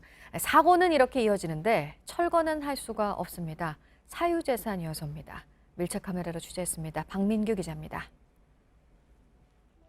인터넷 방송 진행자 38살 박모 씨는 지난 주말 광주광역시의 한 폐건물을 찾았습니다. 이른바 흉가 체험 방송을 진행하기 위해서입니다. 방송 중 건물 내부에서 시신을 발견했고 경찰에 신고했습니다. 숨진 사람은 60대 남성 A씨였습니다. 가스레인지도 있고 이불도 있고 겉도 있는 것이 보니까 거기서 숙식을 아마 하셨던 걸로 보입니다. 아주 오래전에 흡수가 됐습니다. 사건이 벌어진 건물입니다. 외부인 출입을 막기 위해 철조망을 쳐놨습니다. 하지만 당장 이쪽 담벼락이 무너져 있어서 어렵지 않게 넘나들 수 있어 보입니다. 안쪽에는 쓰레기와 나무 덤불이 가득합니다. 해당 건물이 세워진 건 1950년대, 고아원과 양로원으로 쓰이다 2007년 문을 닫았습니다. 10년 넘게 관리가 안 된 겁니다. 무섭죠. 솔직히 무서워요. 피해 다니고 그러지 여기서부터 달려불려 이제. 주민들은 직접적인 피해도 호소합니다. 쓰레기 이런 모기, 파리 이런 거 냄새 엄청나죠. 오범 지역이에요. 수건 사람들이 밤낮 들락거려. 건물 소유주는 인근에서 요양원을 운영하고 있는 사회복지법인. 무단 침입자를 신고하는 등 관리를 하고 있지만 철거는 힘들다고 말합니다. 철거하려고 해도 지금 법인이 돈도 하나도 없고 매매하려고는 몇 번 시도는 해봤는데 그런 것들이 아직.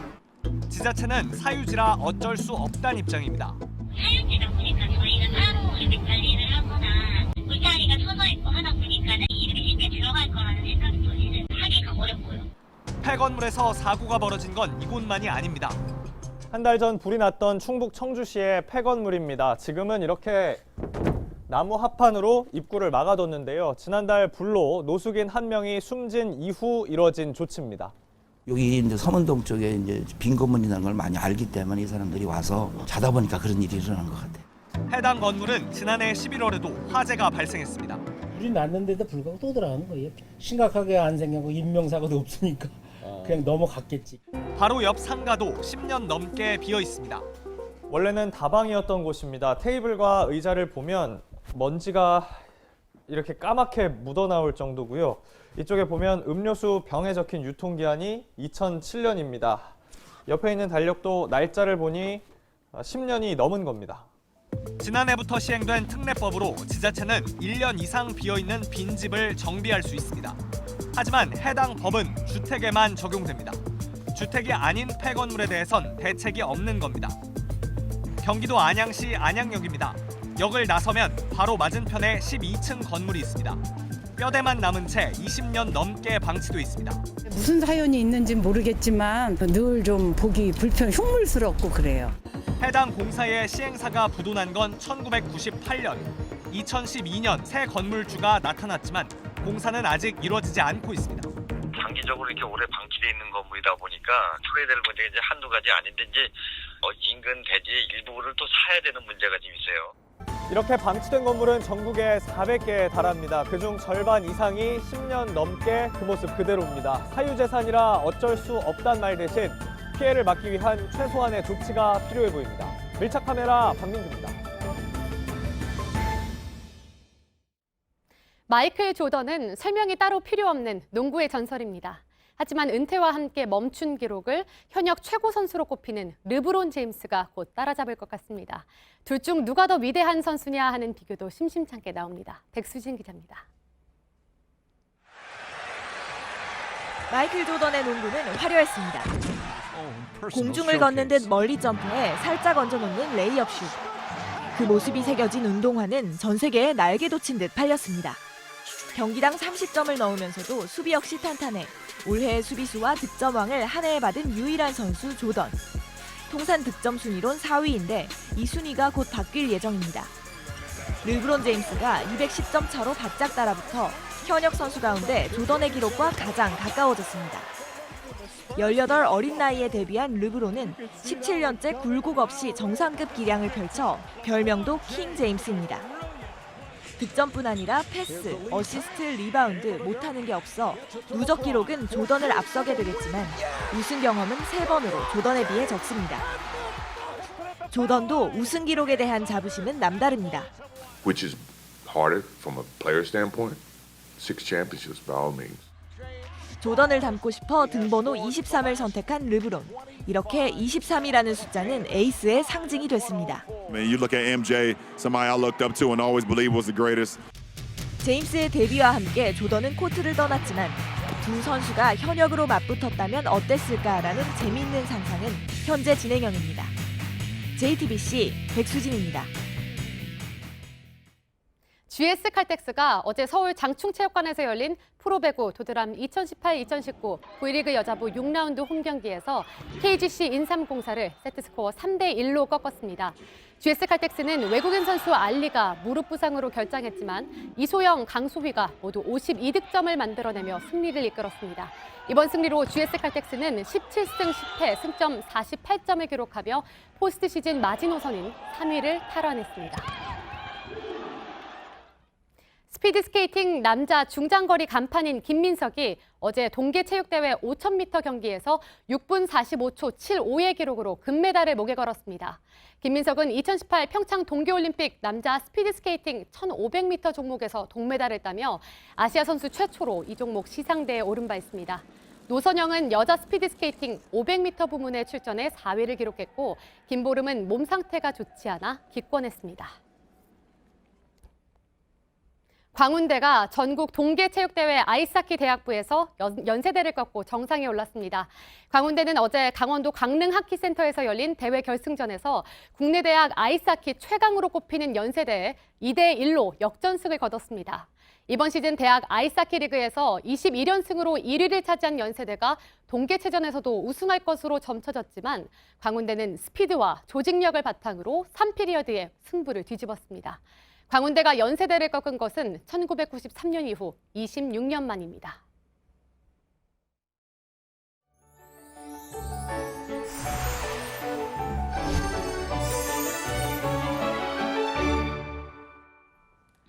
오늘 아침 미세먼지가 비상입니다. 경기 남부와 충청, 전북 지역에 초미세먼지주의보가 발효 중이고 수치는 서울이 62, 충북이 80 마이크로그램까지 올라 있습니다. 오늘 전국적으로 일평균 나쁨 수준 예상되고요. 서쪽 지역을 중심으로 매우 나쁨까지 오르는 곳도 있겠습니다. 공기는 내일도 탁하겠습니다. 중부지방과 호남, 경북 등 대부분 지역에서 나쁨 수준 보이겠고요. 그 밖에 서울과 전북 등 서쪽 지역을 중심으로 농도는 더 높겠습니다. 오늘 아침 곳에 따라 안개도 짙게 끼어 있습니다. 출근길 교통안전에 유의하시기 바랍니다. 낮 기온 어제보다 더 오르겠습니다. 오늘 서울이 8도, 청주 9도, 대구 11도, 광주 12도로 비교적 포근하겠습니다. 북한도 해주와 개성이 9도, 함흥이 11도로 추위 없이 온화하겠습니다. 내일 제주에는 비 소식이 있습니다. 기온은 주말까지 더 오르겠고요. 일교차가 10도 안팎으로 크겠습니다. 기상정보였습니다. 아침엔 뉴스워치, 오늘 하루 관심을 가지고 지켜봐야 할, 기억해야 할 뉴스 끝으로 정리해드립니다. 지난해 11월 귀임을 앞두고 갑자기 사라진 이탈리아 주재 조성길 전 북한 대사 대리의 미성년 딸이 평양으로 송환된 것으로 공식 확인됐습니다. 이탈리아 정부는 조 전 대사 대리의 딸이 조부모와 함께 있기를 원해 대사관 직원들과 함께 북한으로 돌아갔다는 북측의 설명을 전했습니다. 조 전 대사 대리는 현재 부인과 함께 이탈리아의 보호를 받으면서 서방 국가로의 망명을 타진하고 있거나 이미 망명을 한 것으로 추정됩니다. 이탈리아 외교차관은 조 전 대사 대리의 딸이 강제로 송환됐다면 전례 없는 엄중한 일이 될 것이라고 지적했습니다. 트럼프 미국 대통령이 북한에 대한 제재가 해제되려면 북한이 뭔가를 해야 한다며 선 비핵화를 촉구했습니다. 이번 베트남 회담이 마지막 정상회담이라고 생각하지 않는다고도 말했습니다. 오늘부터 하노이 현지에서는 회담 의제 등과 관련한 북미 실무 협상이 본격적으로 시작될 것으로 보입니다. 김관진 전 국방부 장관에 대한 1심 선고가 오늘 내려집니다. 김 전 장관은 2012년 총선과 대선을 전후해 군사이버사령부 부대원들이 정부와 여권을 지지하고 야권을 비난하는 댓글을 달도록 지시한 혐의 등으로 재판에 넘겨졌습니다. 현재 60세로 인정이 돼 있는 육체 노동자의 노동 가동 연령을 65세로 올릴지 대법원 결론이 오늘 나옵니다. 손해배상액 산정 기준 등이 되는 만큼 오늘 대법원 전원 합의체 선고에 관심이 집중되고 있습니다. 오늘 전해드릴 소식은 여기까지입니다. 이상으로 JTBC 뉴스 아침엔 목요일 순서 모두 마치겠습니다. 건강한 하루 보내시기 바랍니다. 고맙습니다.